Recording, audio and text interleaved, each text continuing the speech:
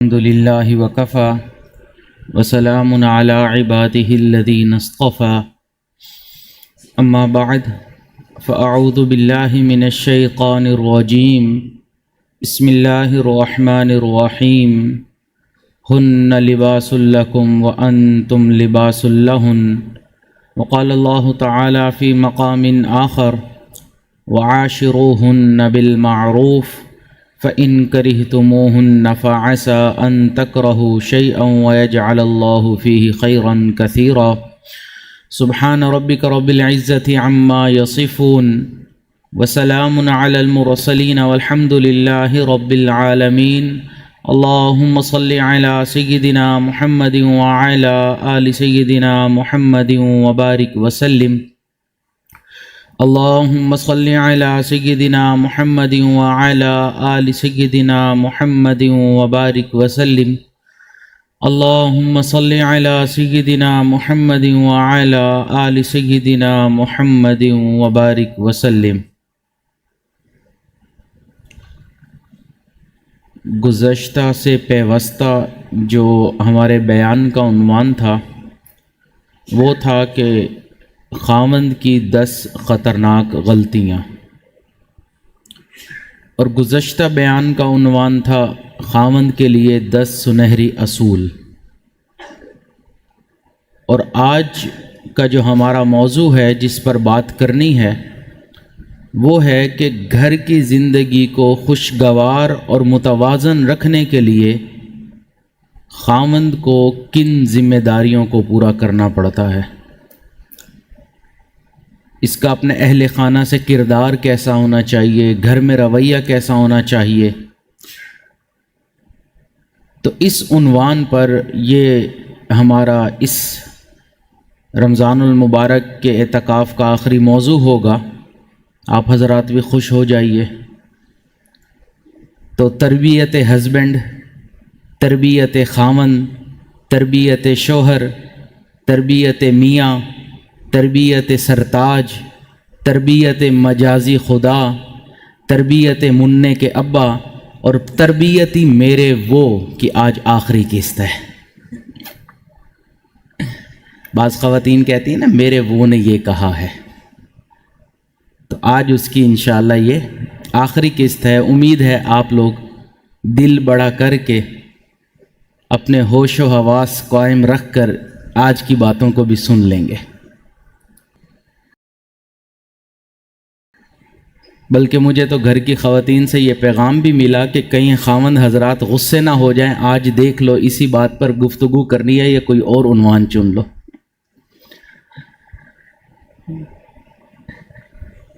ہم نے کہا نہیں، اسی عنوان پر گفتگو کریں گے تاکہ بات اپنی منزل تک تو پہنچے۔ تو بہرحال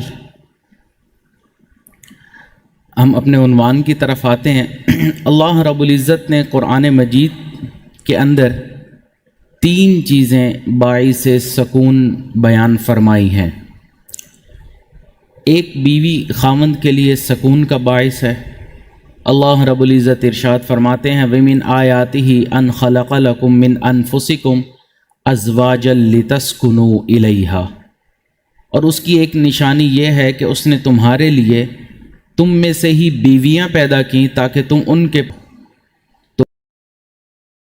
تو بیوی سکون کا باعث ہوتی ہے۔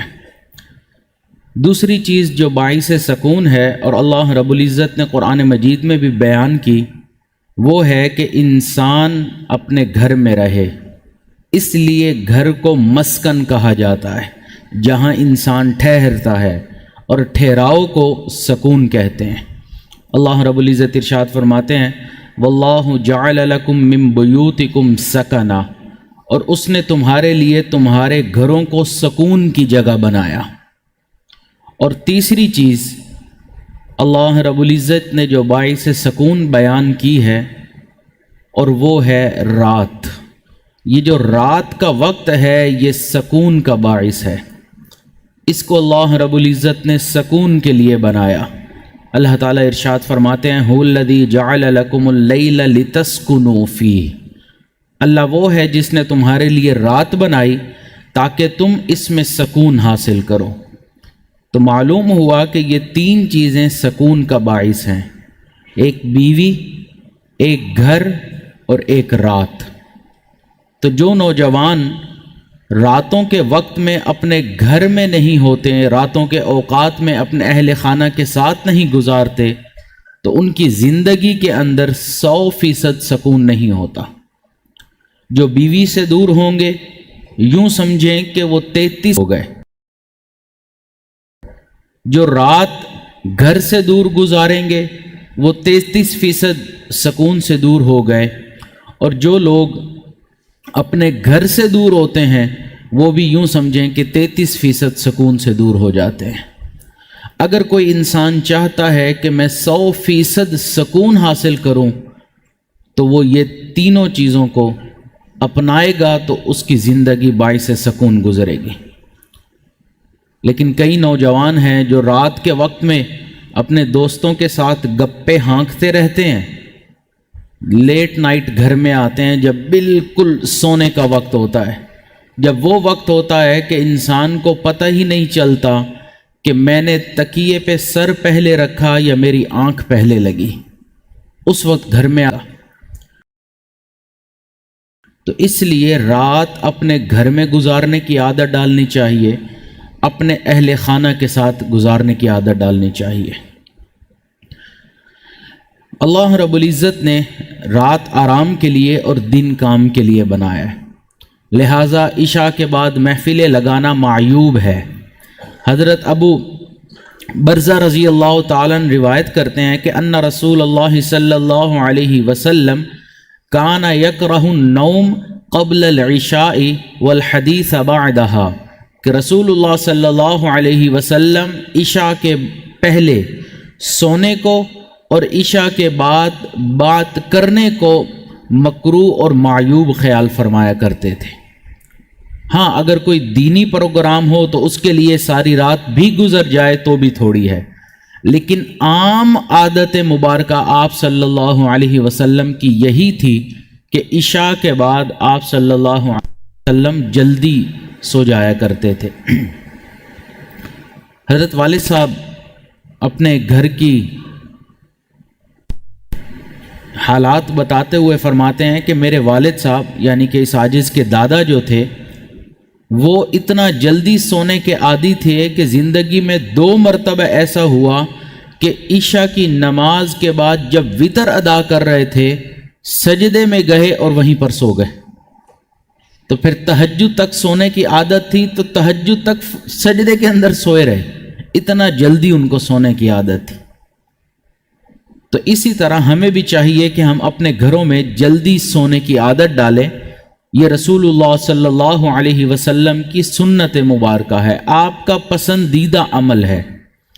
یاد رکھیں انسان سنت کی پابندی کرے گا تو فرائض خود بخود محفوظ ہو جائیں گے۔ آپ یوں سمجھیں کہ فرائض کی حفاظت کے لیے اللہ رب العزت نے سنتوں کو بنایا، اور سنتوں کی حفاظت کے لیے اللہ رب العزت نے مستحبات کو بنایا۔ جو فرائض کی حفاظت چاہتا ہے وہ سنت کی حفاظت کر لے، جو سنت کی حفاظت چاہتا ہے وہ مستحبات کی حفاظت کر لے۔ جس کے مستحبات محفوظ ہوں گے اس کی سنتیں محفوظ ہوں گی، جس کی سنت محفوظ ہوگی اس کے فرائض خود بخود محفوظ ہو جائیں گے۔ یہ باؤنڈری اللہ رب العزت نے بنائی۔ جو ان باؤنڈری کو توڑتے ہیں پھر ایک وقت آتا ہے کہ ان کو فرائض سے بھی محروم کر دیا جاتا ہے، اور وہ انسان پھر حرام کاموں کا، حرام گناہوں کا مرتکب ہو جاتا ہے۔ اس لیے اپنے فرائض کو پکا کرنے کے لیے سنتوں کو انسان پکا کرے۔ لیکن آج کل نوجوان طبقہ عام طور پر یہ بات کہتا ہے کہ او جی یہ تو سنت ہی ہے نا، وہ سنت کو ہلکا سمجھتے ہیں۔ یہ بہت بڑا فتنہ ہے، اس زمانے کا یہ ایک بہت بڑا فتنہ ہے۔ سنت ہی ہے نا، سنت کو ہلکا سمجھنا، سنت کو چھوٹا سمجھنا۔ سنت چھوٹی یا بڑی، یاد رکھیں یہ رسول اللہ صلی اللہ علیہ وسلم ہے، وہ دکھنے میں آپ کے خیال کے مطابق جتنی بھی چھوٹی نظر آئے لیکن جب اس کام کو پیارے نبی صلی اللہ علیہ وسلم نے کر لیا تو وہ اللہ کی نگاہ میں بہت بڑی بن گئی۔ تو اس لیے ہم یہ کہتے ہوئے کہ یہ تو چھوٹی سی سنت ہے، اس پر عمل نہ بھی کریں تو کیا ہو جائے گا، تو اس لیے ہر سنت کے اوپر عمل کریں اور کوشش کریں کہ عشاء کے بعد جلدی سونے کی عادت ڈالیں۔ یاد رکھیں، تہجد کے وقت میں وہی انسان جاگتا ہے جو عشاء کے وقت میں جلدی سونے کا عادی ہوتا ہے۔ جب جلدی نہیں سویا جاتا تب تہجد کے وقت میں اس کو اٹھ کر تہجد پڑھنے کی توفیق بھی نہیں ملتی۔ اس کی وجہ یہ ہے کہ تہجد کا جو وقت ہوتا ہے یہ اللہ کے محبوب بندوں کے جاگنے کا اور مانگنے کا وقت ہوتا ہے۔ آپ اکثر شادی بیاہ کے موقع پر دیکھیں کہ ساری رات گھر والے جاگتے ہیں کہ شادی ہے، عید کی رات ہے، ہم ساری رات جاگیں گے، لیکن تہجد کے وقت میں سب کے سب سوئے پڑے ہوئے ہوں گے۔ اس کی وجہ یہ ہے کہ یہ اللہ کے محبوب بندوں کے جاگنے کا وقت ہے۔ اس وقت میں پھر اللہ رب العزت ایسے لوگوں کو جو سنت کو ہلکا سمجھتے ہیں، اس کی اہمیت کا خیال نہیں کرتے، اللہ تعالیٰ پسند نہیں کرتے کہ ایسے لوگ اس وقت میں جاگیں اور مجھ سے کچھ مانگیں۔ تو یہ نہ سمجھیں کہ ہم تہجد میں نہیں جاگے، بلکہ یہ سمجھیں کہ ہمیں تہجد میں جاگنے نہیں دیا گیا۔ حدیث مبارکہ کا مفہوم ہے کہ جب تہجد کا وقت ہوتا ہے اللہ رب العزت فرشتوں کی جماعت کو بھیجتے ہیں کہ جاؤ فلاں فلاں بندے میرے محبوب بندے ہیں، ان کو جگا دو تاکہ وہ اٹھیں، مصلی پر بیٹھیں، مجھ سے مانگیں، اور ان کا مانگنا مجھے پسند ہے۔ فلاں فلاں بندے، میں نہیں چاہتا کہ اس وقت میں وہ اٹھیں، ان کو جا کے تھپکی دو تاکہ وہ سوئے رہیں۔ تو یہ نہیں ہوتا کہ ہم خود نہیں جاگے، ہمیں جاگنے نہیں دیا گیا، ہمیں سلا دیا گیا، یہ سمجھنا چاہیے۔ تو اس لیے جلدی سونے کی عادت ہوگی تو پھر جلدی اٹھنے کی عادت ہوگی، اور پھر اس کی برکتیں ہم اپنی زندگی میں دیکھیں گے۔ تو گھروں کے اندر میاں بیوی افہام و تفہیم کے ساتھ معاملات کو طے کریں، خود بھی جلدی جاگیں، جلدی سوئیں، اپنے بچوں کو بھی جلدی سلائیں اور جلدی جگائیں۔ تو ایک بات تو یہ ہمیں چاہیے کہ ہم اپنے گھروں کے اندر اس چیز کو اپنا لیں۔ مسلمانوں کے معاشرے میں عشاء کے بعد جلدی سونے اور صبح کے بعد جلدی جاگنے کا معمول ہوا کرتا تھا۔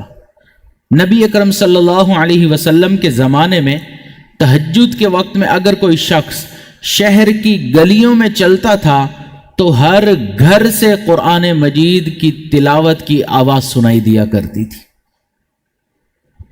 حضرات صحابہ کرام کے زمانے کے واقعات میں ملتا ہے کہ جب کوئی اس وقت شہر میں داخل ہوتا تھا اجنبی اور وہ گلیوں میں جاتا تھا تو اس کو ایسا لگتا تھا جیسے شہد کی مکھیاں بھن بھنا رہی ہیں۔ ہر گھر زندہ گھر ہوا کرتا تھا، ہر گھر سے قرآن کی تلاوت کی آواز سنائی دیا کرتی تھی۔ تو اس لیے ہمیں چاہیے کہ ہم جلدی اٹھنا ہے، جلد اپنے کاموں کو سمیٹنا ہے تاکہ ہمیں جلدی آرام کرنے کا موقع مل جائے۔ تو ایک بات تو یہ سمجھ لیجئے۔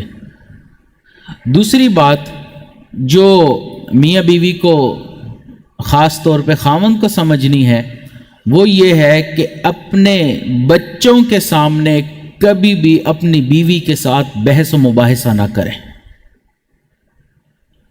اس کا طریقہ کار یہ ہے کہ اگر کبھی کوئی بات کرنی بھی ہو تو اکیلے میں تنہائی میں کی جائے، بچوں کے سامنے کبھی بھی بحث و مباحثہ نہ کریں۔ بچے دکھنے میں چھوٹے ہوتے ہیں لیکن اللہ رب العزت نے اتنی عقل اور سمجھ ضرور عطا فرمائی ہوتی ہے کہ ان کو یہ پتہ چل رہا ہوتا ہے کہ کیا ہو رہا ہے، تو وہ ان کے ذہن میں نقش بیٹھ جاتا ہے کہ میرے امی ابو تو ہر وقت لڑتے ہی رہتے ہیں، ہر وقت بحث و مباحثہ ہی کرتے رہتے ہیں۔ اس لیے یہ اصول بنا لیں، کہ ایک وقت میں آپس میں کبھی بھی بحث و مباحثہ نہ کریں بچوں کے سامنے. لیکن ہماری عمومی زندگی میں کیا ہوتا ہے؟ خاوند بھی بولتا ہے، بیوی بھی بولتی ہے، اور بچے بیٹھ کے سن رہے ہوتے ہیں. تو اس چیز سے، اس لیے جو انسان یہ سمجھ لے کہ میں بچوں کے سامنے بیوی کو ڈانٹ ڈپٹ کروں گا، بحث و مباحثہ کروں گا، وہ یہ جان لے کہ وہ اپنے بچوں کو بگاڑ رہا ہے. اس کو بچوں کے اوپر کوئی اچھا اثر نہیں پڑے گا.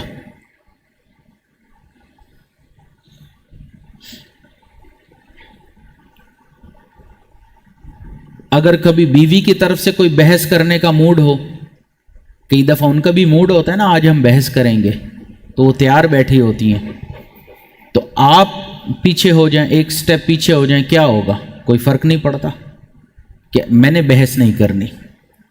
شیر اگر ایک قدم پیچھے لیتا ہے تو اس کا کیا مطلب ہوتا ہے؟ کہ وہ شیر نہیں ہے. شیر شیر ہی ہوتا ہے، لیکن وہ دیکھتا ہے کہ اس وقت کا تقاضا یہ ہے کہ میں ایک قدم پیچھے لے لوں. تو اس لیے اگر کبھی ان کا موڈ بھی ہے بحث کرنے کا تو آپ آگے سے بحث نہ کریں. وہ دو چار باتیں کریں گی، جب آپ کچھ نہیں کہیں گے تو خود بخود خاموش ہو جائیں گے. لیکن جب آپ بحث کریں گے پھر وہ بحث کریں گی، اس طرح بحث ہوتے ہوتے بات بڑھ جائے گی اور بالآخر لڑائی کے اوپر جا کر ختم ہوگی. اور گھر کے اندر بچے تو یہ دیکھ ہی رہے ہوتے ہیں.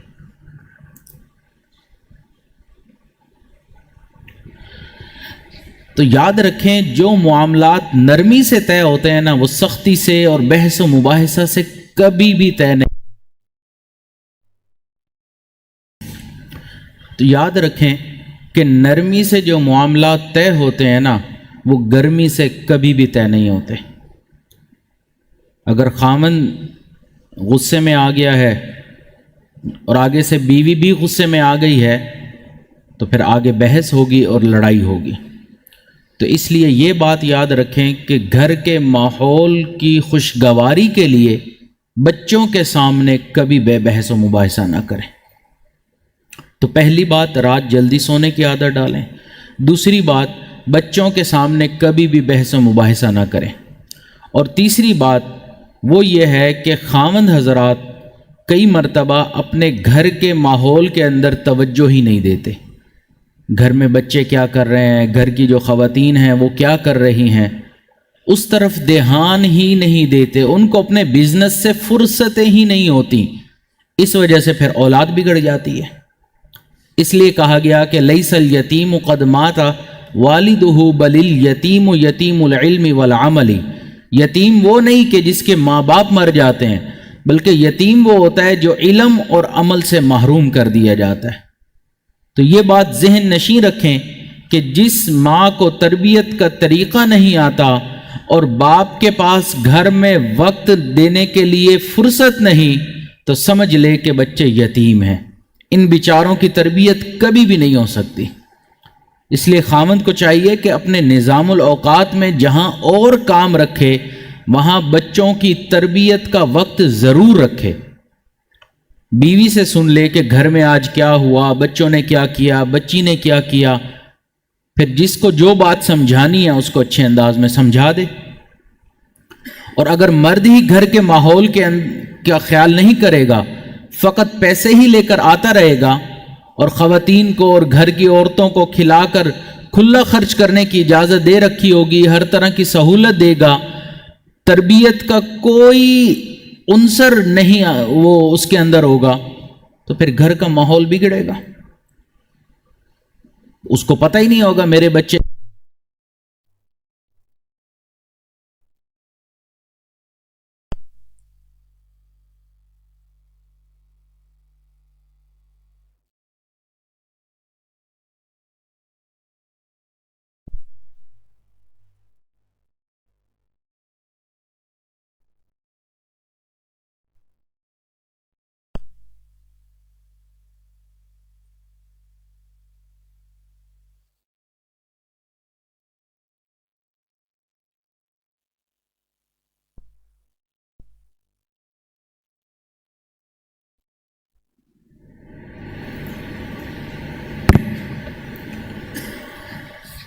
تو اس لیے گھر کے اندر دین کے حوالے سے گفتگو ضرور ہونی چاہیے۔ یاد رکھیں، جس گھر کے اندر دین کے بارے میں مذاکرہ نہیں ہوتا اس گھر کے مردوں اور مردوں میں کوئی فرق نہیں ہوتا، بلکہ حضرت والد صاحب تو فرماتے ہیں کہ جس گھر میں نیکوکار نفس نہ ہو وہ گھر تو جانوروں کا ڈربہ ہے، سارے گھر کے اندر جانور بندھے ہوئے ہیں جو زندگی گزار رہے ہیں۔ باپ کو پتہ ہی نہیں ہوتا کہ بچے کتنے بڑے ہو گئے، وہ آج کل کیا پڑھ رہے ہیں، کیسی زندگی گزار رہے ہیں، باپ کو پتہ ہی نہیں ہوتا۔ وہ ایک شخص سے کسی نے پوچھا نا کہ آپ کے بچے کتنے بڑے ہو گئے، کہتا ہے ایک اس سائز کا ہے، ایک اس سائز کا ہے اور ایک اس سائز کا ہے۔ اس نے کہا اس طرح تو سنا تھا، یہ اس طرح کیا ہے؟ کہتا ہے صبح جب گھر سے نکلا ہوں وہ سوئے ہوئے ہوتے ہیں، رات جب گھر میں آتا ہوں وہ پھر سوئے ہوئے ہوتے ہیں، میں نے ہمیشہ ان کو سوتے میں ہی دیکھا ہے، تو ایک اتنا ہے، ایک اتنا ہے اور ایک اتنا ہے۔ کیا تربیت ہوگی پھر گھر کے اندر؟ تو اس لیے ہمیں چاہیے کہ ہم گھر کے اندر وقت دیں، بچوں کو وقت دیں، اپنی بیوی کو وقت دیں۔ اللہ تعالیٰ قرآن مجید میں ارشاد فرماتے ہیں یا ایھا الذین آمنوا قوا انفسکم واہلیکم نارا، کہ اے ایمان والو اپنے آپ کو اور اپنے گھر والوں کو اس آگ سے بچاؤ۔ تو لہٰذا گھر کے بچوں کی، گھر کی خواتین کی تربیت کی فکر ہونی چاہیے۔ اب تربیت کا یہ مطلب نہیں ہے کہ بیوی کے پیر جا کے بن جاؤ، پیر نہیں بننا، اچھے انداز میں اس کو سمجھانا ہے، پیار سے بات کرنی ہے۔ بعض لوگ کہتے ہیں جی اب ہمیں یہ سرٹیفکیٹ مل گیا کہ اب ہم گھر میں حکم چلائیں گے، اب ہم پیر کی حیثیت اختیار کر گئے، جو حکم دیں گے تمہیں ماننا پڑے گا۔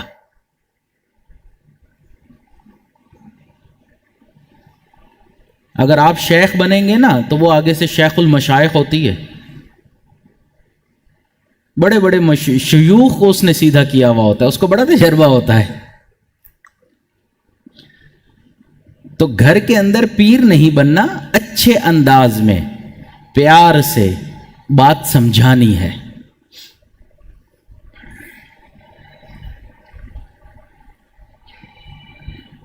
اور کئی مرتبہ گھر کے اندر ساس بہو کے جھگڑے ہوتے ہیں اور خاوند کو اس کی بھی کوئی پرواہ نہیں ہوتی، تو گھر کے ماحول میں، گھر کے اندر وقت دینے کا یہ مقصد بھی ہے کہ ان چیزوں کو بھی حل کرے۔ اگر بیوی کوئی بات کر رہی ہے تو اس کو سنیں، ماں اگر کوئی بات کر رہی ہے تو اس کو بھی سنیں، پھر دونوں کی باتیں سن کر کسی ایک نقطے پر پہنچے اور پھر دونوں کو جو بات کرنی ہے اچھے انداز میں کر دے۔ لیکن عام طور پہ کیا ہوتا ہے کہ کئی مرتبہ بیوی کان بھر دیتی ہے ماں کے خلاف، اور کئی مرتبہ ماں جو ہوتی ہے وہ کان بھر دیتی ہے بہو کے خلاف، اور پھر اس کا مسئلہ یہ ہوتا ہے گھر میں پھر لڑائیاں شروع ہو جاتی ہیں۔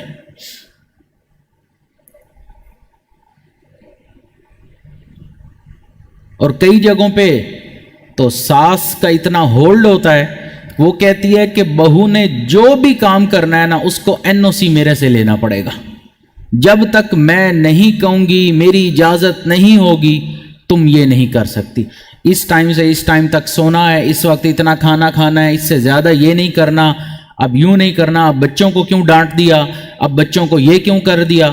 بس ہر وقت ساس کا یہی رویہ ہوتا ہے گھر کے اندر کہ وہ بیوی کے اوپر، اپنے بیٹے کی بیوی کے اوپر نظریں جمائی بیٹھی ہوتی ہے۔ پھر جب خاوند گھر آتا ہے تو اس کے کان بھرنا شروع کر دیتی ہے، اور خاوند اپنی ماں کی بات سنتے ہی بیوی کے اوپر غصہ کرنا شروع کر دیتا ہے۔ تو اس کو یہ دیکھنا چاہیے کہ میں اگر اپنی ماں سے کوئی بات سنتا ہوں تو پہلے اس کو کنفرم تو کروں کہ وہ حقیقت میں تھی کس طرح۔ لیکن ہمارے ملک میں عام طور پہ چونکہ ماں باپ کی عظمت بہت زیادہ بیان کی جاتی ہے تو وہ سمجھتے ہیں کہ ماں نے جو بات کر دی وہ حرف آخر ہے، اگلی کو تو اب میں نے چھوڑنا ہی نہیں ہے، چاہے ماں جھوٹی کیوں نہ بول رہی ہو۔ تو پہلے یہ دیکھنا ہوتا ہے کہ ماں کوئی غلط بات تو نہیں کر رہی، ماں کی عظمت بہت زیادہ ہے، یہ نہیں کہا جا رہا کہ آپ ماں کے بے ادب بن جاؤ، نہیں، لیکن ماں جو بات کر رہی ہے کہ کیا وہ کرنے والی بھی ہے، وہ صحیح بات بھی ہے۔ اب کئی موقعوں پہ کئی جگہوں پہ ساس اتنی ظالم ہوتی ہے کہ گھر کی فریج کو اس نے تالا لگا کے رکھا ہوا ہوتا ہے کہ کہیں بہو تھوڑی سی چیز زیادہ نہ کھا لے. یہ ظلم نہیں تو اور کیا ہے؟ مزے کی بات یہ ہے کہ یہ ساس جب خود بہو تھی تب اس کو اپنی ساس سے شکایت تھی، لیکن جب خود ساس بنی تو اپنی بہو کے ساتھ وہی کچھ کر رہی ہے جو اس کی ساس نے اس کے ساتھ کیا ہوتا ہے. سبق اس نے پھر بھی نہیں سیکھا کہ اگر میرے ساتھ ظلم ہوا ہے تو میں اپنی بہو کے ساتھ ظلم نہیں کروں گی. لیکن نہیں، یہی سلسلہ چلتا آ رہا ہے، چلتا آ رہی ہے. حضرت والد صاحب تو فرماتے ہیں کہ بسا اوقات یہ بڑھیا ہو کر ظالمہ بن جاتی ہے، یہ بڑھیا فتنے کی پڑیا بن جاتی ہے.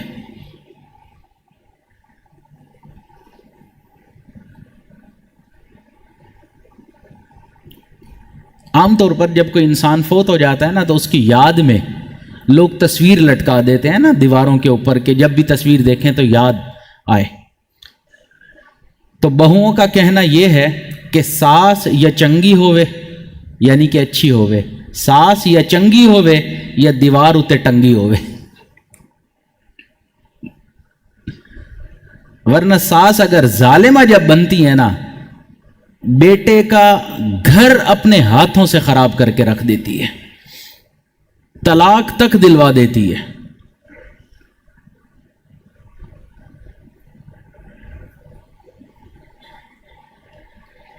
ایک بہو نے دیکھا کہ اس کی ساس سو رہی ہے اور اس کے بالکل سرانے میں ایک کالا ناگ کھڑا ہے.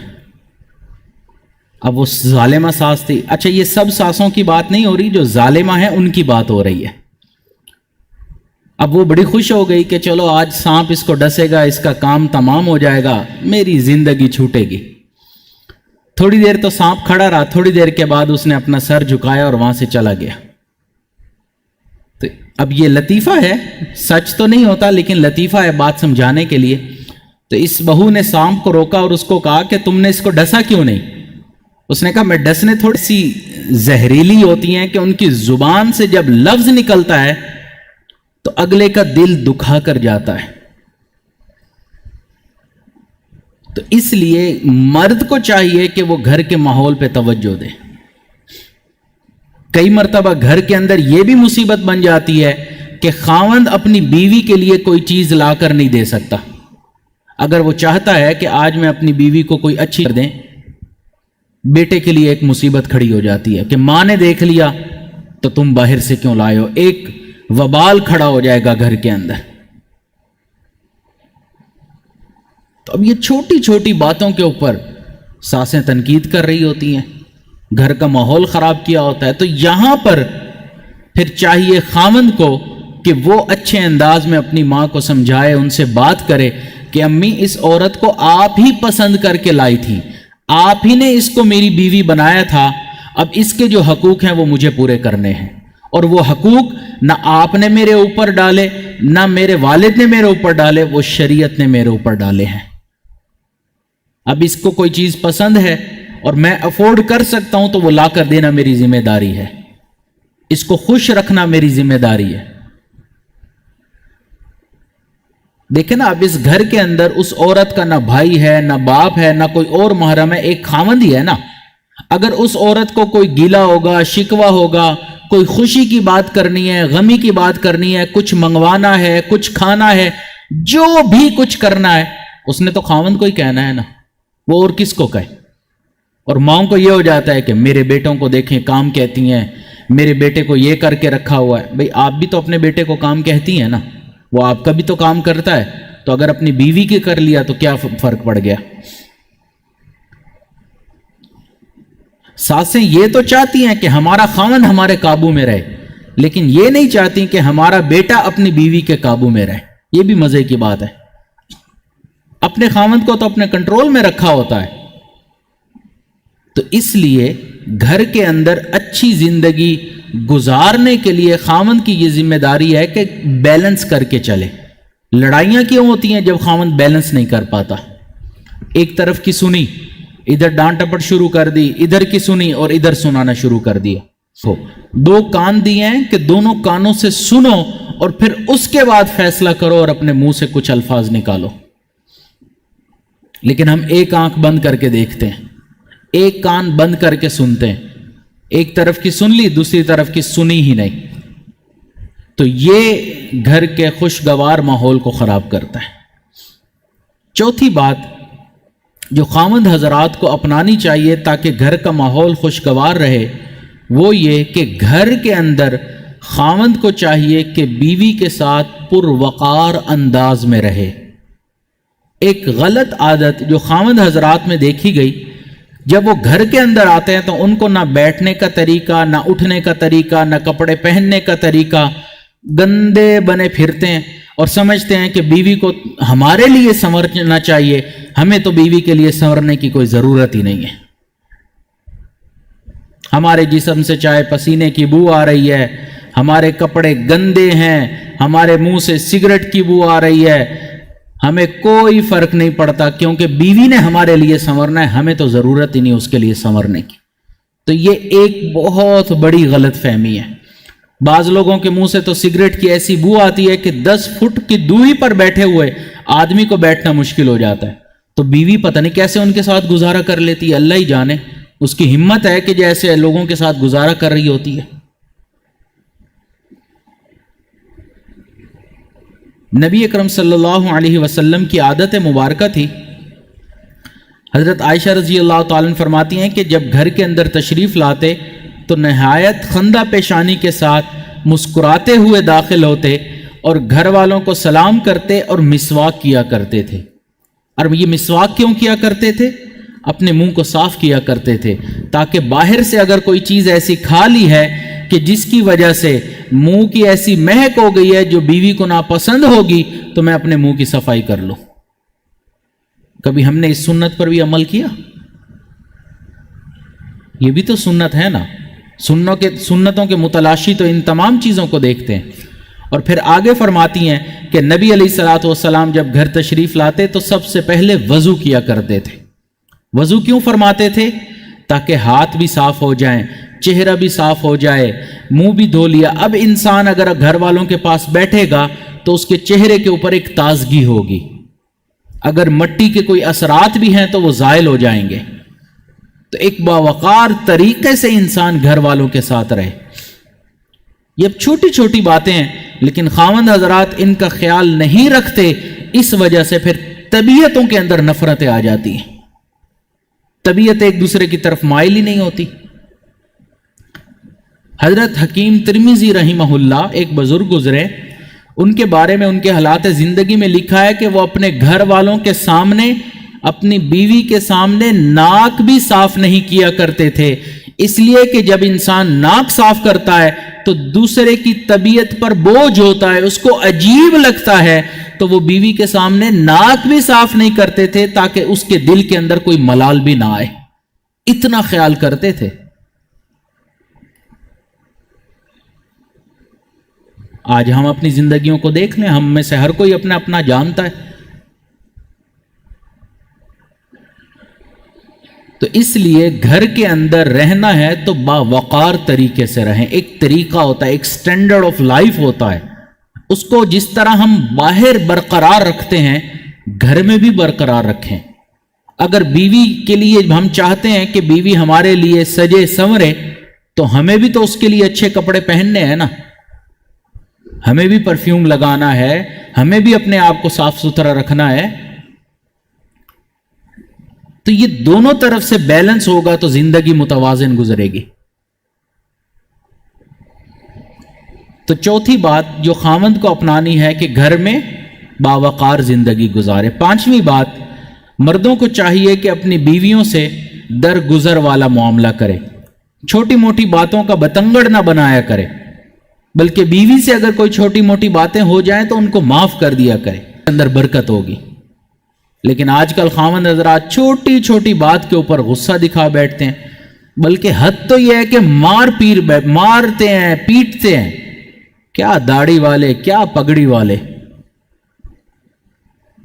کیا مشائخ کی صحبت میں رہنے والے. تربیت کئی مرتبہ پھر بھی نہیں ہوتی، بیوی کے اوپر ہاتھ اٹھا رہے ہوتے ہیں. ایک خاوند نے بیوی کو مارا، جب 2-4 تھپڑ لگے تو بیوی رونے لگی۔ جب وہ تھوڑی دیر رونے بیٹھ گئی تو تھوڑی دیر کے بعد یہ آیا اور کہنے لگا کہ دیکھو بیگم، میں آپ سے محبت کرتا ہوں تو یہ محبت میں نے مارا ہے۔ تو بیوی نے آگے سے کہا کاش محبت کا جواب میں بھی محبت سے دے سکتی۔ ہوتا ہے بعض گھروں میں، پھر محبت کا جواب جب محبت سے ملتا ہے پھر وہ کسی کو منہ دکھانے کے قابل بھی نہیں رہتے۔ اب وہ کیا آ کے بتائیں کہ میں بیوی سے مار کھا کے آیا ہوں، بتانے کے قابل بھی نہیں ہوتے۔ نہ اس کا مارنا اچھا ہے نہ اس کا مارنا اچھا ہے۔ خاوند مارے یہ بھی قطعی طور پر اچھا نہیں، بیوی مارے یہ تو بالکل بھی اچھا نہیں۔ اپنے غصے کو کنٹرول کریں، لیکن آج کل مرد مردانگی ہی اسی میں سمجھتے ہیں کہ عورت کو ہم شیر کی آنکھ سے دیکھیں گے، اسے نتھ ڈال کے رکھیں گے، اپنا کنٹرول سمجھتے ہیں۔ بیوی روبوٹ کی طرح ہے، جیسے کہ ہر بات بس مانتی چلی جائے بغیر چون چرا کے۔ اور بعض دفعہ تو سننے میں آیا کہ بعض علاقوں میں تو ایسی بھی معاملات ہیں کہ وہ سمجھتے ہیں کہ اس قسم کا نظریہ ہے کہ اگر پہلی رات ہی بیوی کو تھپڑ مار دیا جائے تو وہ باقی پوری زندگی آپ کے تابع رہتی ہے۔ بےہودہ قسم کے نظریات بنائے ہوئے ہیں، اور یہ سب اس وجہ سے نہ خاوند شریعت کو جانتا ہے نہ بیوی شریعت کو جانتی ہے۔ شریعت سے ناواقفیت کی وجہ سے یہ معاملات ہو جاتے ہیں۔ اگر بیوی نے غصہ کر لیا کسی وقت میں، برداشت کر لیں، تحمل مزاجی کا مظاہرہ کریں۔ نبی اکرم صلی اللہ علیہ وسلم کی ذات مبارکہ سے زیادہ کامل اور کامیاب زندگی کسی انسان کی نہیں تھی۔ آپ کی ذات ایسی مقدس اور محترم ہے کہ آپ کے سامنے کوئی اونچی آواز میں بھی گفتگو کرے نا تو قرآن کہتا ہے اس کے اعمال کو ضائع کر دیا جاتا ہے۔ ان تحبط اعمالکم وانتم لا تشعرون، اور شعور بھی نہیں ہوگا، پتہ بھی نہیں چلے گا، اللہ تعالیٰ اعمال ضائع فرما دیں گے۔ آپ کی ذات مقدس اتنی بابرکت ہے، لیکن سیرت کو پڑھیں، کبھی کبھی آپ کی ازواج آپ سے بھی ناز کیا کرتی تھیں، آپ سے روٹھ بھی جایا کرتی تھی۔ یہ میاں بیوی کے معاملات ہیں۔ نبی علیہ الصلوۃ والسلام نے ایک مرتبہ فرمایا، عائشہ جب آپ ناراض ہوتی ہیں تو مجھے پتہ چل جاتا ہے۔ حضرت عائشہ نے عرض کیا کہ اللہ کے محبوب کیسے پتہ چلتا ہے؟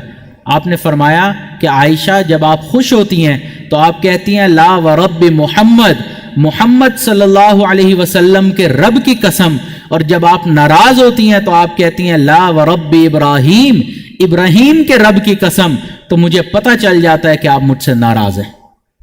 تو انہوں نے عرض کیا کہ اللہ کے نبی، میں جب غصے میں ہوتی ہوں تو میں آپ کا نام چھوڑتی ہوں، آپ کو تو نہیں چھوڑتی نا، صرف نام چھوڑتی ہوں، آپ کو نہیں چھوڑتی۔ تو بیوی اگر ناز خاوند سے نہیں کرے گی تو کس سے کرے گی؟ خاوند کو یہ ہوتا ہے کہ بھئی یہ روٹھی کیوں؟ وہ روبوٹ تھوڑی ہے کہ اب وہ روٹھے گی بھی نہیں، غصہ بھی نہیں کرے گی۔ تو آپ صلی اللہ علیہ وسلم کا کس طرح نرم انداز تھا ازواج مطہرات کے ساتھ۔ تو یہ سمجھنا کہ بیوی ہمارے سامنے آہ بھی نہ کرے، یہ خلاف فطرت بھی ہے، خلاف سنت بھی ہے۔ نبی علیہ الصلوۃ والسلام نے ارشاد فرمایا، سنیے گا، یغلبن کریما ویغلبہن لئیم فاحب ان اکون کریما مغلوبا ولا احب ان اکون لئیما غالبا، کہ کریم لوگوں پر یہ بیویاں غالب آ جاتی ہیں اور کمینے لوگ ان پر غالب آ جاتے ہیں۔ میں پسند کرتا ہوں کہ میں کریم بنوں اگرچہ مغلوب ہو جاؤں، لیکن یہ پسند نہیں کرتا کہ بد اخلاق اور لئیم بنوں اور ان بیویوں کے اوپر غالب آ جاؤں۔ تو بیویوں پر غالب آنے والوں کے بارے میں حدیث مبارکہ میں کیا آیا؟ لئیم کا لفظ آیا، کمینے کا لفظ آیا، کہ کمینے لوگ ہیں جو بیویوں پر غالب آنے کی کوشش کر رہے ہوتے۔ فرمایا میں پسند کرتا ہوں کہ میں مغلوب ہو جاؤں لیکن اخلاق کو نہ چھوڑوں۔ تو مغلوب ہو جاتے ہیں جو خاوند اپنی بیویوں سے، اللہ کے محبوب ان کو پسند کر رہے ہیں۔ کیوں؟ کیونکہ وہ نرم طبیعت کے ہوتے ہیں، ان کے دل میں نرمی ہوتی ہے، وہ تحمل مزاج کے لوگ ہوتے ہیں، تو نرم لوگوں پر بیویاں غالب آ جایا کرتی ہیں۔ تو یہ کوئی برائی کی بات نہیں، اللہ کے محبوب پسند فرما رہے ہیں.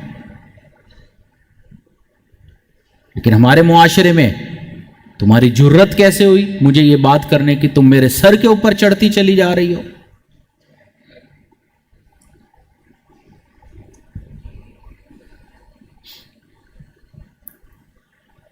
بعض خاوند ایسے بھی ہوتے ہیں جو بہت اچھے ہوتے ہیں، اللہ تعالیٰ نے ان کو نرم طبیعت دی ہوتی ہے، وہ بیوی کی سب باتیں مانتے ہیں جو جائز باتیں. جیسے وہ گھر میں بیوی نے کہا نا کہ ماں نے آج جو میری بات مانے گا، میرے ساری باتیں اور جو میں کہوں گی ان کی تابع داری کرے گا تو میں اس کو انعام دوں گی. تو چھوٹا بچہ کہتا ہے اچھا پھر سارا انعام تو ابو لے جائیں گے. ایسے لوگ بھی ہوتے ہیں، بچوں کو بھی پتہ ہوتا ہے.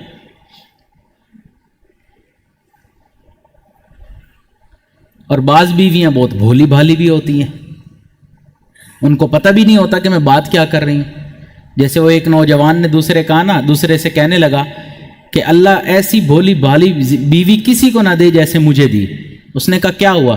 اس نے کہا مجھے کوئی بیماری لگ گئی، میں نے ہر طرح کا ٹیسٹ کروایا لیکن بیماری کا پتہ نہیں چل رہا تھا.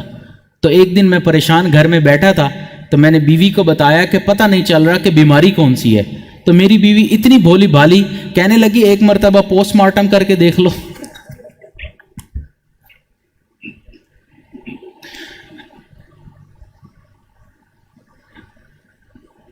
تو نرم دل کے طبیعت کے جو لوگ ہوتے ہیں شریعت نے ان کو پسند کیا کہ اگر بیوی کوئی غصہ کر جائے تو برداشت کر لے.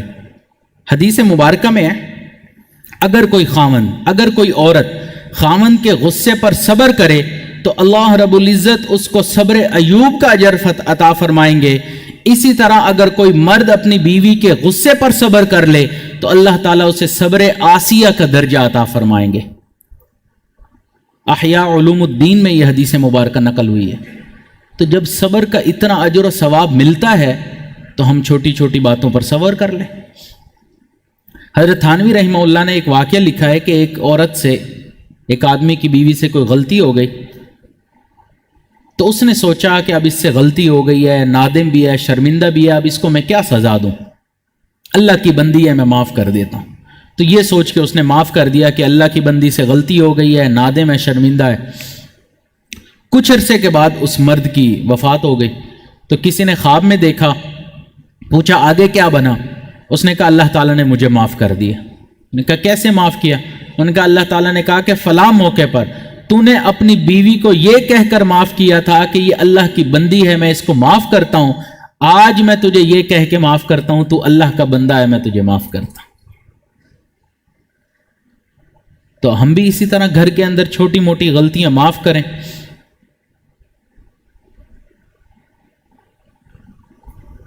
اور کئی مردوں میں یہ بری عادت ہوتی ہے کہ جب وہ غصے میں آتے ہیں نا تو اپنی بیوی کی باتیں اپنے دوستوں میں بھی بتا رہے ہوتے ہیں، غصے میں یا خوشی میں. یہ بے وقوفی کبھی بھی نہیں کرنی چاہیے. اپنے گھر کی بات گھر میں رکھیں. گھر میں کیا ہو رہا ہے باہر لوگوں کو بھنک تک نہ پڑنے دیں. چاہے جتنا مرضی قریبی دوست ہے نا اس کو بھی نہ بتائیں کہ بیوی کے ساتھ کیا معاملات ہیں. ہن لباس لکم وانتم لباس لہن. یہ لباس ہے، جسم کے سب سے زیادہ قریب ہے، درمیان میں دوست کہاں سے آ گیا؟ میاں بیوی کی بعض باتیں ایسی ہوتی ہیں کہ اپنی ماں کو بھی نہیں بتانی ہوتی، اپنے باپ کو بھی نہیں بتانی ہوتی، بھائی کو بھی نہیں بتانی ہوتی. لباس اس لیے تو کہا کہ اس کے درمیان نہ ماں آئے گی، نہ ساس آئے گی، نہ بہن آئے گی، نہ بھائی آئے گا، نہ کوئی اور انسان آئے گا. یہ ہم دونوں کے درمیان ہے. ایک بزرگ تھے، ان کی اپنی بیوی کے ساتھ کسی بات پر انبن تھی. ایک بندہ ان کے پیچھے پڑ گیا کہ حضرت کس بات پر انبن ہے، کیوں لڑائی جھگڑا ہے؟ فرمایا میں اپنی بیوی کی باتیں تجھے کیوں بتاؤں.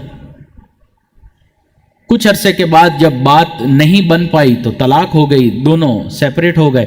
وہ اب آیا کہ حضرت اب تو بتائیے معاملہ کیا تھا؟ فرمایا اب تو وہ غیر محرم ہے، غیر محرم کی باتیں میں تجھے کیوں بتاؤں. یہ ہوتا ہے. تو ایک چپ 100 سکھ. تو اپنی بیوی کی باتیں باہر نہ بتائیں. کوئی معاملہ ہو جائے صبر کریں. یاد رکھیں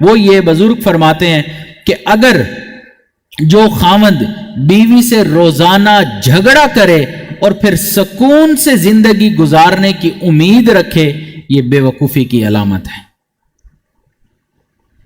تو اس لیے ہو نہیں سکتا کہ انسان گھر میں جھگڑے کرے اور پھر وہ سمجھے کہ میں پرسکون زندگی گزاروں گا۔ میاں بیوی کا دن تھی، اس نے آج کے اپنے خاوند کو کہا کہ آج کے دن ہماری شادی کی سالگرہ کو 15 سال ہو گئے ہیں، تو اس خوشی کے موقع پہ ہم کیا کریں؟ تو خاوند نے کہا کہ یہ خوشی نہیں، اس حادثے کے موقع پہ ہم 5 منٹ کی خاموشی اختیار کرتے ہیں۔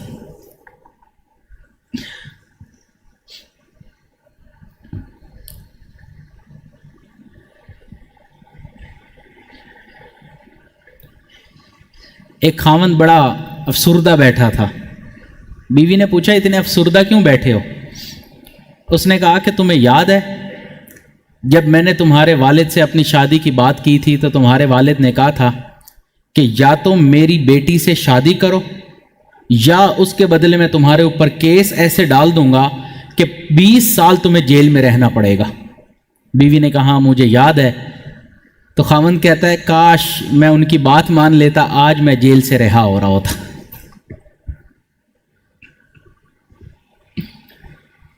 تو اب یہ جیل ہے یا حادثہ؟ زندگی ایسے ہی گزارنی ہے۔ اب بہتر یہ ہے کہ جب زندگی میں یہ ہے ہی صحیح تو انسان خوشگوار زندگی گزارے۔ جب قبلتو کہہ دیا، تمام ذمہ داریاں سر پر آ گئیں، اب وہ نبھانی ہے۔ اب ایسا تو ہے نہیں کہ وہ بیوی نہیں ہے، کوئی بکری ہے کہ جس کو ہم جیسا کہتا پھریں گے وہ ہمارے پیچھے پیچھے چلتی پھرے گی۔ بیوی ہے، عورت ہے، اس کی بھی کیفیات ہیں، اس کے بھی جذبات ہیں، اس کی بھی خواہشات ہیں، اس کے اندر بھی خون دوڑتا ہے، اس کے دل میں بھی، سینے میں دل دھڑکتا ہے، تو اس کی بھی جائز حاجات کو پورا کرنا، اس کی باتوں کو ماننا، یہ اب خاوند کی ذمہ داری ہے۔ چھٹی بات وہ یہ کہ اپنی ضروریات کو خاوند حلال طریقے سے پورا کرے۔ حدیث مبارکہ میں ہے کہ کسی مرد کی نظر اتفاقاً کسی غیر عورت پر پڑ جائے جو اسے اچھی لگتی ہو تو اس کو چاہیے کہ گھر آ کر اپنی بیوی کے ساتھ وقت گزارے، جو کچھ باہر والی عورت کے پاس ہے وہی اس کی بیوی کے پاس ہے۔ تو لہٰذا اللہ رب العزت کے حکموں کی نافرمانی نہیں کرنی چاہیے۔ اللہ رب العزت نے مرد کی ضرورت کے لیے بیوی بنایا اور بیوی کی ضرورت کے لیے خاوند کو بنایا، تو حلال طریقے سے ان کو چاہیے کہ اپنی ضرورت کو پورا کریں۔ لیکن ہوتا کیا ہے کہ خاوند باہر کی عورتوں کو للچائی ہوئی نظروں سے دیکھ رہے ہوتے ہیں۔ یہ فقط شیطانیت ہے، اس کے علاوہ کچھ نہیں ہے۔ جب آپ محسوس کریں نا کہ آپ ناجائز کاموں کی طرف مائل ہو رہے ہیں، جائز کی بجائے حرام کی طرف دل زیادہ مائل ہو رہا ہے، تو فوراً سوچیں کہ میرے کھانے میں کوئی ملاوٹ تو نہیں، میرے عمل میں کوئی کوتاہی تو نہیں جس کی وجہ سے میرا دل حلال کی بجائے حرام کی طرف مائل ہو رہا ہے۔ تو یہ چھٹی بات گھر میں خوشگوار زندگی کے لیے۔ ظاہری بات ہے جب خاوند غیروں کو دیکھتا پھرے گا تو پھر کیا گھر کے اندر خوشگوار زندگی گزرے گی؟ بالکل بھی نہیں گزرے گی۔ ساتویں بات اور بڑی اہم بات اور مردوں کے لیے بڑی بوجھل بات، مرد ابھی تک خوش تھے کہ شکر ہے یہ والی بات کسی نے نہیں کی۔ اب تک جتنی بھی باتیں ہوئی ہیں ان میں یہ بات نہیں آئی تو مرد حضرات بڑے خوش تھے، لیکن وہ بات آ گئی۔ بلکہ آپ یوں سمجھیں کہ اس ایک بات کی وجہ سے اب تک کا پورا بیان سنایا،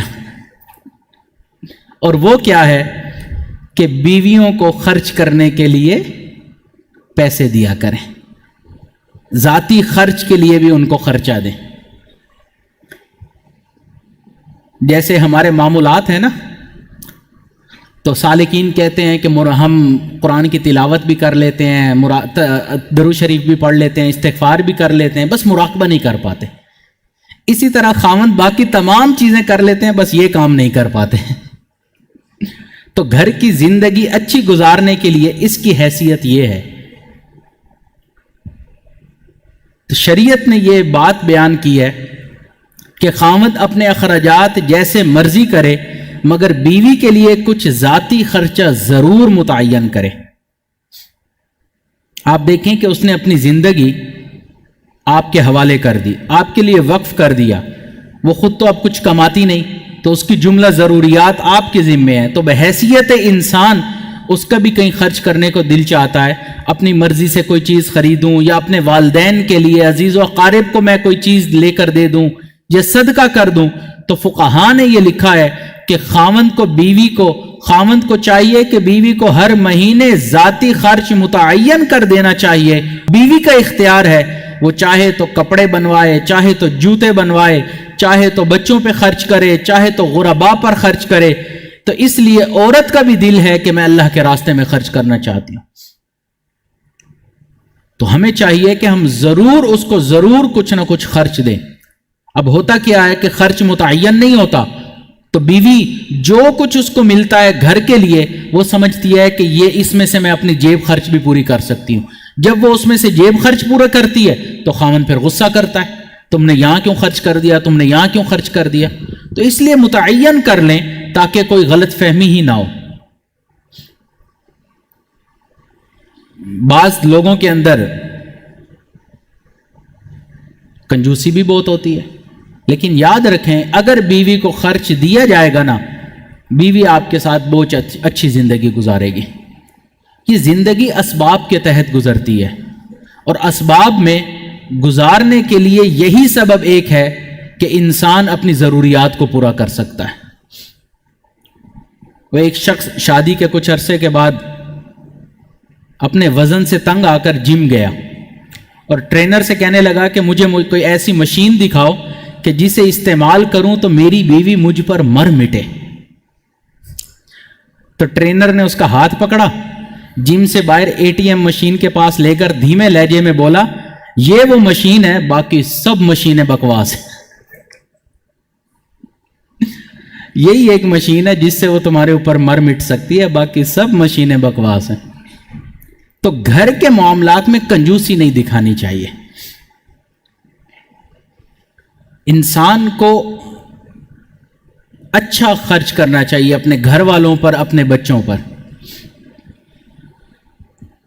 اب وہ ایک کنجوس تھا نا، ہر وقت گھر میں مختلف باتوں کے اوپر اعتراض کرتا رہتا تھا۔ ایک دن گھر آیا تو اب اس کو کوئی قابل اعتراض بات نہ ملی، کنجوس تو تھا، تو بیوی نے 2 چٹیاں بنائی ہوئی تھیں، تو فوراً کہنے لگا جب ایک سے کام چل سکتا ہے تو 2 کیوں بنائی ہوئی ہیں تم نے۔ طبیعت میں کنجوسی ہوتی۔ میاں بیوی ٹرین میں سفر کر رہے تھے تو بیوی نے کہا کہ مجھے بھوک لگ رہی ہے، پیاس لگ رہی ہے، تو مجھے کچھ پانی پینے کے لیے کچھ مشروب لا دیں۔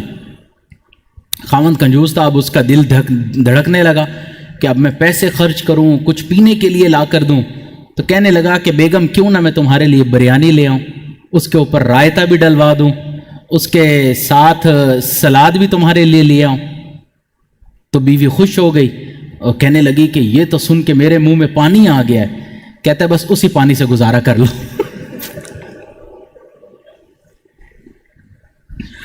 تو اب ایسی طبیعت بھی نہیں ہونی چاہیے کہ گھر کے اندر یہ ماحول بنا ہوا ہو۔ اور دوسری طرف شریعت یہ بھی کہتی ہے کہ خاوند کے اوپر بھی اتنا بوجھ نہ ڈالا جائے کہ وہ اٹھا بھی نہ سکے۔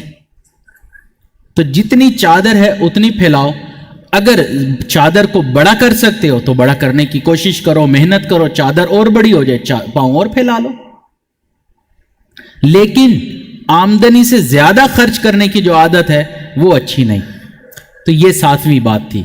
8ویں اور آخری بات وہ یہ کہ خاوند حضرات سارے ہی بیٹھے ہیں، وہ سنیں کہ جب کسی بندے سے سفارش کرنے والا اس کا قریبی ہو تو بندہ پھر اس کی غلطیاں معاف کر دیتا ہے۔ ایک آپ کا قریبی ہے، وہ آپ کے پاس آتا ہے اور کہتا ہے کہ فلاں بندے کو معاف کر دو، تو آپ اس کی سفارش قبول کر کے معاف کر دیتے ہیں۔ لیکن اگر سفارش کرنے والی ماں ہو تو بچہ پھر مان جاتا ہے کہ ماں نے سفارش کی ہے۔ بہن اگر سفارش کر لے تو بھائی بھی مان جاتا ہے، اور اگر والد سفارش کر دے تو سوچیں پھر انسان کتنی اہمیت سے اس سفارش کو قبول کرے گا۔ لیکن اگر کسی انسان سے پیر و مرشد سفارش کر دیں تو وہ اور اہمیت دے گا کہ اب اس کو تو میں نے معاف ضرور کرنا ہے کیونکہ پیر و مرشد نے مجھے کہہ دیا ہے۔ لیکن اگر سوچیں، اگر خواب میں نبی اکرم صلی اللہ علیہ وسلم آ کر کسی کے بارے میں سفارش کر دیں تو آپ مانیں گے یا نہیں مانیں گے؟ لازمی مانیں گے۔ لیکن یہاں معاملہ اس سے بھی بڑی سفارش کا ہے۔ اللہ رب العزت نے سفارش کی ان عورتوں کے بارے میں، اور وہ کیا سفارش ہے؟ اللہ تعالیٰ فرماتے ہیں وَعَاشِرُوهُنَّ بِالْمَعْرُوفِ، تم ان کے ساتھ بھلے انداز میں زندگی بسر کرو۔ تمام مفسرین نے اس آیت کے تحت لکھا ہے ان دو لفظوں کے ذریعے اللہ تعالیٰ خاوند کو بیوی کی سفارش کر رہے ہیں کہ اے خاوند تو اپنی بیوی کے ساتھ اچھی زندگی گزار۔ تو لہٰذا اب ہمیں چاہیے کہ اللہ رب العزت کی سفارش کا پاس کریں۔ یہ اللہ رب العزت کی سفارش ہے۔ جو دنیا میں اللہ رب العزت کی سفارش کا لحاظ کرے گا، پاس کرے گا، تو قیامت والے دن پھر اللہ رب العزت ضرور بھی ضرور اس کو معاف فرمائیں گے کہ اس نے میری سفارش کا لحاظ کیا تھا۔ تو اگر ہم چاہتے ہیں کہ قیامت والے دن ہماری بھی معافی ہو جائے تو ہم دنیا میں اچھی زندگی اپنی بیویوں کے ساتھ گزاریں، اور جو سفارش کا پاس نہیں کرے گا تو قیامت والے دن وہ خاوند پکڑا جائے گا، جکڑا جائے گا، بندھا ہوا ہوگا۔ تو اس لیے ہمیں چاہیے کہ وَعَاشِرُوهُنَّ بِالْمَعْرُوفِ، اچھے انداز میں ان کے ساتھ زندگی گزاریں۔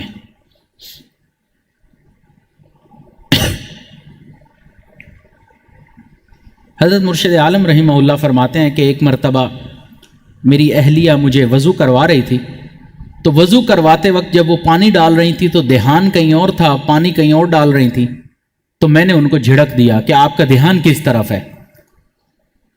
تو اب اس میں غلطی ان کی نہیں تھی، لیکن جب میں نے جھڑک دیا تو وہ خاموش ہو گئی، انہوں نے صبر کر لیا۔ فرماتے ہیں وضو کر کے میں مسجد کی جانب گھر سے نکلنا شروع ہو گیا، مسجد بالکل گھر کے سامنے ہے۔ تو جب میں گلی میں پہنچا گھر سے باہر تو میرے دل میں خیال آیا کہ میں نے ایک ایسی بات پر اپنی اہلیہ کو جھڑکا ہے جس میں ان کا قصور نہیں تھا۔ تو اب ان کا دل دکھا کر میں مصلی پر آ کر کھڑے ہو کر امامت کرواؤں گا تو کیا میری نماز قبول ہوگی؟ کیونکہ میں دل دکھا کے آ رہا ہوں۔ فرماتے ہیں جب میرے دل میں یہ خیال آیا تو میں نے ایک بچے کو بلایا اور اس کو کہا کہ پیس آیا، میں نے اپنی اہلیہ سے کہا کہ میں نے فلاں موقع پہ آپ کو جھڑک دیا تھا، تو میں اب آپ سے معافی مانگتا ہوں، آپ مجھے معاف کر دیں۔ اب یہ کون ہے؟ مرشد عالم۔ تو فرماتے ہیں کہ جیسے میں نے یہ کہا تو میری اہلیہ نے کہا کہ ایسی کوئی بات نہیں، وہ تو میں بھول گئی، چھوٹی سی بات تھی، بات ختم ہو گئی۔ فرماتے ہیں جب وہ مسکرائیں، انہوں نے مجھے یہ الفاظ کہے، پھر میں مصلی پر آ کر کھڑا ہوا، اب میں سمجھتا ہوں کہ اللہ میری وہ نماز قبول فرما لیں گے۔ اور یہاں پر تو معاملہ ہی جدا ہوتا ہے، بات بات پر ڈانٹ ڈپٹ۔ اور بعض لوگوں کو تو یہ دھونس جمانے کا شوق ہوتا ہے، میں شوہر ہوں، میں خاوند ہوں، بات بات کے اوپر میں تمہارا خاوند ہوں، میری تابع داری کرنا تمہارے اوپر لازم ہے، میں تمہارا شوہر ہوں، خود جو مرضی کرتے پھریں، بس میں تمہارا شوہر ہوں تو میں تمہارا شوہر ہوں، میرے اتنے حقوق تو میرے اتنے حقوق، بس اسی کی گردان چلتی رہتی ہے۔ جیسے طلباء ضربہ یضربو کی گردان کرتے ہیں نا، میں شوہر ہوں، میں شوہر ہوں، یہی گردان گھر میں چل رہی ہوتی ہے۔ اور بعض شوہر گھر میں ڈانٹ ڈپٹ کر کے جاتے ہیں، باہر جاتے ہیں، آدھے گھنٹے کے بعد ان کا موڈ ٹھیک ہو جاتا ہے، اب وہ سمجھتے ہیں ہم گھر میں آئے ہیں تو بیوی کا موڈ بھی ٹھیک ہونا چاہیے۔ بھئی آپ باہر گئے، آپ دوستوں سے ملے، آپ کا ماحول چینج ہو گیا، آپ کا موڈ اگر ٹھیک ہو گیا ہے تو ضروری تو نہیں کہ بیوی جو گھر میں بیٹھی ہے، جس کو بے جا آپ ڈانٹ کے گئے، لڑ کے گئے، باتیں سنا کر گئے، اس کا بھی موڈ ٹھیک ہو جائے گا آدھے گھنٹے میں۔ اور پھر اس کے اوپر بھی لڑے ہوتے ہیں کہ میرا موڈ ٹھیک ہو گیا، تمہارا ابھی تک کیوں نہیں ہوا، پھر اس بات پر بھی لڑے ہوتے ہیں۔ عجیب معاملہ ہے بھائی۔ تو اس لیے بہتر طریقہ یہ ہے کہ آج تک ہم نے جو غلطیاں کی ہیں، اپنی بیوی کا دل دکھایا، اس کا ازالہ کریں۔ اس کی مکافات یہ ہے کہ اب ان کو پہلے سے زیادہ پیار کریں، ان کو پہلے سے زیادہ خوش رکھیں، ان کو پہلے سے زیادہ دعائیں دیں۔ حضرت والد صاحب فرماتے ہیں کہ ایک اصول بتا دیتا ہوں، جب بیوی کو گھر کے اندر شریعت کی زندگی ملتی ہے تو وہ اپنے خاوند کی معتقد بن جاتی ہے، جیسے کافر لوگ اپنی زبان میں کہتے ہیں کہ وہ بیوی تو اپنے خاوند کی پوجا کرتی ہے، یہ لفظ کہنا نہیں چاہتا مگر سمجھانے کے لیے کہا۔ تو بیوی کو جب گھر میں محبت ملتی ہے، پیار ملتا ہے، پھر خاوند کو اسی طرح کی عزتیں ملا کرتی ہیں۔ نبی علیہ الصلوۃ والسلام نے جب اعلان نبوت کیا تو سب سے پہلے ایمان لانے والے کون تھے؟ آپ کی زوجہ تھیں، آپ کی اہلیہ تھی۔ انہوں نے دیکھا تھا، زندگی گزاری تھی کہ ان کے اخلاق کیسے ہیں، یہ گھر میں کیسی زندگی گزار رہے ہیں۔ تو جیسے ہی اعلان نبوت کیا تو سب سے پہلے بغیر کسی دلیل کے حضرت خدیجہ الکبریٰ رضی اللہ تعالیٰ نے ایمان لائے، بچوں میں حضرت علی رضی اللہ تعالیٰ نے ایمان لائے، اور مردوں میں حضرت سیدنا صدیق اکبر رضی اللہ تعالیٰ نے ایمان لائے۔ تو آپ دیکھیں سب سے پہلے ماننے والی بیوی تھی۔ اگر خاوند اچھا ہوگا تو اس کی معتقد بن کر زندگی گزارنے میں سب سے پہلا قدم اس کی بیوی کا ہوگا، بلکہ یہی بیوی اس کی مریدنی بن کر زندگی گزارے گی۔ لیکن چونکہ زندگی اچھی نہیں ہوتی، اپنی زندگی اچھی نہیں ہوتی، تو باہر جتنے مرضی آپ پیر بنے پھریں، جتنے مرضی آپ پیر طریقت بن جائیں، رہبر شریعت بن جائیں، شیخ المشائخ بن جائیں، جو جو القابات اشتہارات پہ لکھے ہیں نا سارے اپنے ساتھ لگا لیں، اگر بیوی کے ساتھ اچھا سلوک نہیں ہے نا، بیوی آپ کے معتقد نہیں بنے گی۔ لوگوں کو آپ جتنا مرضی دھوکہ دیتے پھریں کہ یہ تو بڑے بااخلاق ہیں، یہ تو بڑے اچھے ہیں، لیکن بیوی کے ساتھ اچھے نہیں ہیں نا، آپ اچھے نہیں ہیں۔ خیرکم خیرکم لأہلہ وانا خیرکم لأہلی، تم میں سب سے بہتر وہ ہے جو اہل خانہ کے ساتھ بہتر ہے، اور میں سب سے زیادہ تم میں سے اہل خانہ کے لیے بہتر ہوں۔ یہ اصول ہے۔ باہر آپ جتنا مرضی عاجزی کر لیں، اخلاق والے بن جائیں، مسکرا کے ملیں، سخی بن جائیں، لوگوں میں بھی بعض لوگ سخی بن جاتے ہیں نا، دوستوں میں بڑے سخی ہوتے ہیں، لیکن بیوی کو تنگ کیا ہوا ہوتا ہے۔ باہر کی زندگی آپ کی جیسی مرضی ہے، اگر بیوی کے ساتھ اچھی زندگی نہیں گزار رہے تو آپ اچھے نہیں ہیں۔ خیرکم خیرکم لأہلہ، تم زندگی گزاریں۔ جب باہر والے بھی ہمارے ساتھ اچھی زندگی گزاریں گے تو وہ ہمارے معتقد بن جائیں گے، گھر میں بھی اچھی زندگی گزاریں گے وہ معتقد بن جائیں گے، تو یہ تو نور علی نور ہو جائے گا۔ دعا ہے کہ اللہ تعالی ہمیں ہر طرح سے کامل اور مکمل زندگی عطا فرمائے۔ وآخر دعوانا ان الحمد للہ رب العالمین۔